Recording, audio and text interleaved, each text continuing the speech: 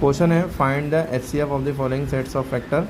यहाँ लिखा है 2 × 2 × 3 एंड लिखा है 2 × 3 × 8। बहुत से बच्चे इस सवाल को धोखे से गलत कर सकते हैं। कैसे गलत करेंगे देखिए, आपके सामने 2 × 2 × 3 है और 2 × 3 × 8।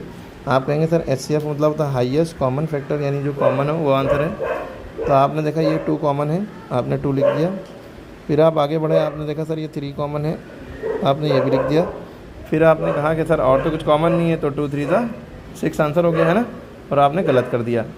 एक्चुअल में इसका आंसर 12 आएगा। देखिए कैसे, क्योंकि आपने एक चीज़ पे ध्यान नहीं दिया। यहाँ एक 2 बच रहा है और ये क्या है 8।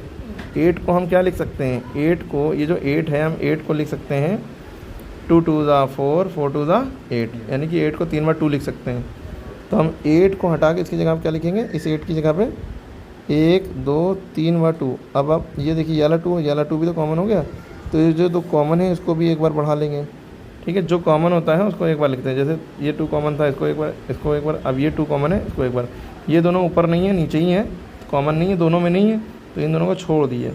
अब 2 3 6 6 2 12, ये HCF आया, हाईएस्ट कॉमन फैक्टर आपका ये आया। ओके, कुल मिला के इसमें छुपा हुआ था आपका। अगला सवाल आपके पास ये है कि 3 × 3 × 5 × 5 2 × 3 × 5 × 7 एंड लगाएं, तो इसको अलग अलग ऊपर नीचे कर लिया ताकि इस तरह से उतार लिया।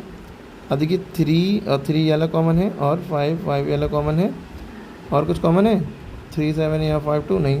तो ये जो 3 कॉमन है इसको एक बार लिखा, और जो 5 कॉमन है इसको एक बार लिखा। 3 5 15 आंसर आ गया HCF।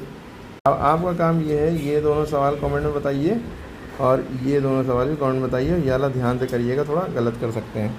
तो आई होप सो कि समझ में आ गया होगा, और प्लीज़ लाइक शेयर सब्सक्राइब कर सकते हैं, और ये नेक्स्ट वीडियो में देखें।